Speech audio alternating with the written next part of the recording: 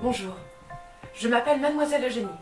Je suis ravie de vous présenter ce jour la journée du drapeau dans les Samoa américaines. Car en effet, 17 avril, c'est la journée du drapeau, Flag Day.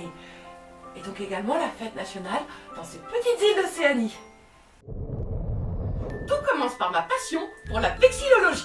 Mais Eugénie, dis-nous donc, qu'est-ce que la vexillologie? Alors Bartapé, je vous arrête tout de suite, vous vous adresserez à moi avec respect. Et puis c'est quoi cette question stupide? Enfin, tout le monde sait ce que c'est la vexillologie. Heureusement que les gens ne sont pas aussi stupides que vous. Enfin bon. Bon, vous avez amené le drapeau? Bien, reprenons. Aujourd'hui, nous célébrons le drapeau des Samoa américaines, qu'il ne faut pas confondre avec le drapeau des îles Samoa. Tapez le drapeau des îles Samoa. Déjà, vous n'êtes pas foulé sur l'autre. Je l'ai pas trouvé. Non mais vous vous moquez de moi. Non, je vous assure, j'ai cherché, j'ai pas trouvé. Faut dire que c'est pas clair, depuis le traité tripartite de 1899, avec la partie allemande, la partie britannique, la partie américaine.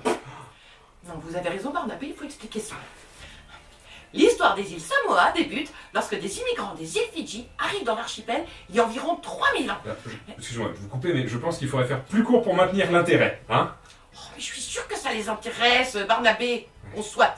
Alors, intégration avec l'espace Tonga, révolte des Samoans et indépendance pendant plus de 600 ans. Voilà, ça va, vous êtes contents, c'est assez court? Oui, c'est parfait. Les contacts avec le monde occidental sont tardifs. Le Hollandais Jacob Roggeveen est le premier Européen à identifier l'archipel en 1722. L'explorateur français Louis-Antoine de Bougainville passe au large en 1768. Le premier navigateur à y mettre le pied sera Lapérouse en 1787. Il débarque sur l'île de Tutuila, dans les actuelles Samoa américaines, justement, mais il se fait attaquer par les autochtones.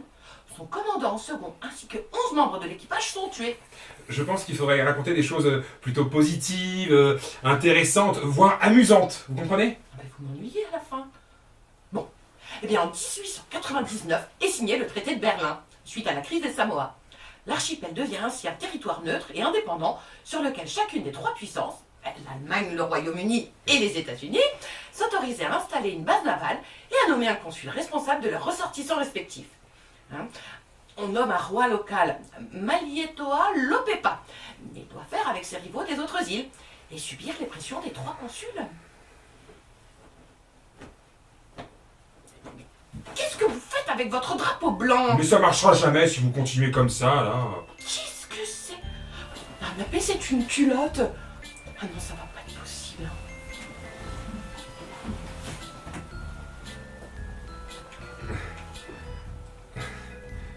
Mademoiselle Eugénie? Mademoiselle Eugénie?